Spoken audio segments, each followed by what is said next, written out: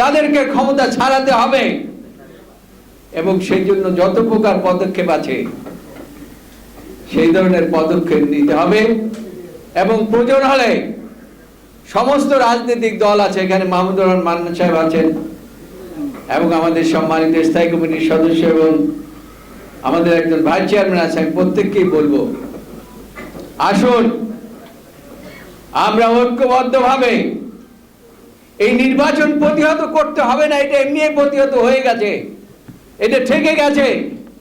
আমাদেরকে গণতন্ত্রের জন্য সংগ্রাম করতে হবে, আরো সংগ্রাম করতে হবে। কাজেই আজকের এই দিনে এই গণতন্ত্রের কোনো প্রেক্ষাপট নাই, গণতন্ত্র অলরেডি বন্দী হয়ে গেছে। এটা 2014 সালে বন্দী হয়ে গেছে, সেখান থেকে ফিরে আনার জন্য আমরা দীর্ঘদিন সংগ্রাম করছি এবং আগামী দিনেও আমাদের সংগ্রাম চালিয়ে যেতে হবে। একটা প্রতিজ্ঞা আমাদের থাকবে, বাংলাদেশে তত্ত্বাবধায়ক সরকার বলেন আর নির্দলীয় নিরপেক্ষ সরকার বলেন, এটা ব্যতীত কোনো নির্বাচন বাংলাদেশে হবে না এবং আমরা কেউ হতে দেব না ইনশাআল্লাহ। আর শেষ কথাটা হচ্ছে যে বিচার বিভাগের অবস্থা তো আপনারা দেখতেই পাচ্ছেন।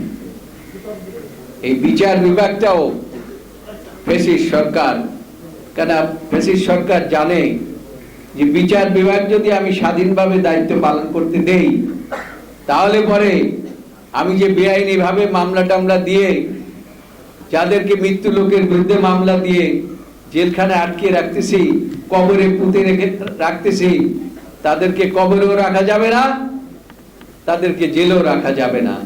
সেই জন্য তারা বিচার বিভাগকে ধ্বংস করার জন্য যা যা করার দরকার তাই তারা করছে।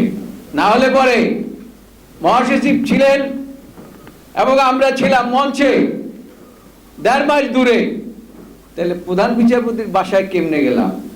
আমি সেদিন আদালতে যখন মুখ করছিলাম তখন বলছিলাম, মাননীয় আদালত এটাও বিশ্বাসযোগ্য। এখন অনেক আইনের রেফারেন্স দিয়ে আপনাদের কাছে বলতে হচ্ছে যে মাননীয় মহাসচিব এবং আমরা সবাই মঞ্চে ছিলাম, 72 জন আসামি দিয়েছে, 72 জন সবাই মঞ্চে ছিল, কেউ তো সেদিন প্রধান বিচারপতির দরজায় পাড়া দেয় নাই।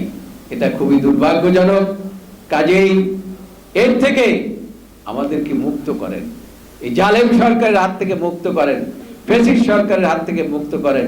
আমি আর সময় বাড়াবো না, আপনাদের সকলকে আন্তরিক ধন্যবাদ জানাচ্ছি, বিশেষ করে ড্যাবকে এই সময়ের মধ্যেও তারা একটি আলোচনার ব্যবস্থা করেছেন, এই জন্য আন্তরিক অভিনন্দন এবং ধন্যবাদ জানিয়ে আপনারা যারা এখানে উপস্থিত হয়েছেন সাংবাদিক সহ সকলকে অভিনন্দন জানিয়ে